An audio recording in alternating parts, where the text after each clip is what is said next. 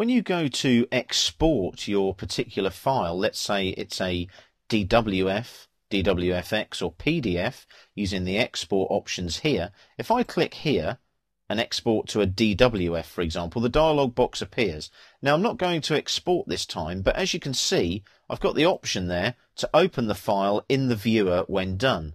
If it's a DWF or a DWFX, you can open that in the Autodesk Design Review viewer. If it was a PDF, you could open it up using something like Acrobat Reader, for example.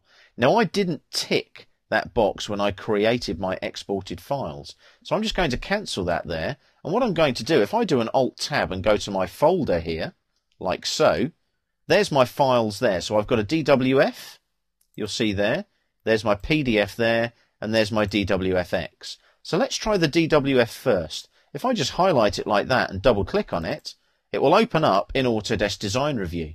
So as you can see, Design Review opens. It takes a few seconds to open, but there's my file in Autodesk Design Review like so. Let me just minimize that now. And let's go back to our folder here. Let's try the DWFX. If I double click on that, again, Design Review opens again. Again, it takes a little while to open. It's looking at all the data there in that particular file. Now what I can do here, if I do a zoom out, just clicking on my mouse here, I can zoom in and out. Now you'll notice there, that was the one that we did to the A4, the override. Can you see? So the A1 file hasn't fit to the A4 sheet. So you'll see there that that's plotted incorrectly. So we would need to go back there and change our settings before we plot to DWFX again. If I just minimize that now, we've got our PDF file as well there. It's a case of double clicking and Windows will automatically find the appropriate application, and there's our PDF in Adobe Reader, as you can see at the top of the screen there. Now what I like about the PDF is I can switch layers on and off.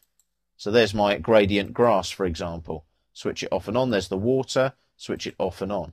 So you've got those settings in PDFs. You've also got those in your DWFs where you can switch layers and colors on and off. So viewing your exported files is very, very easy. As long as you've got Adobe Reader and Autodesk Design Review, you will be fine.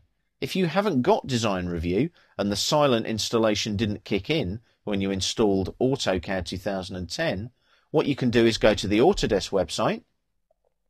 The Autodesk website is www.autodesk.com/DWF, and you'll find the download there for Autodesk Design Review 2010.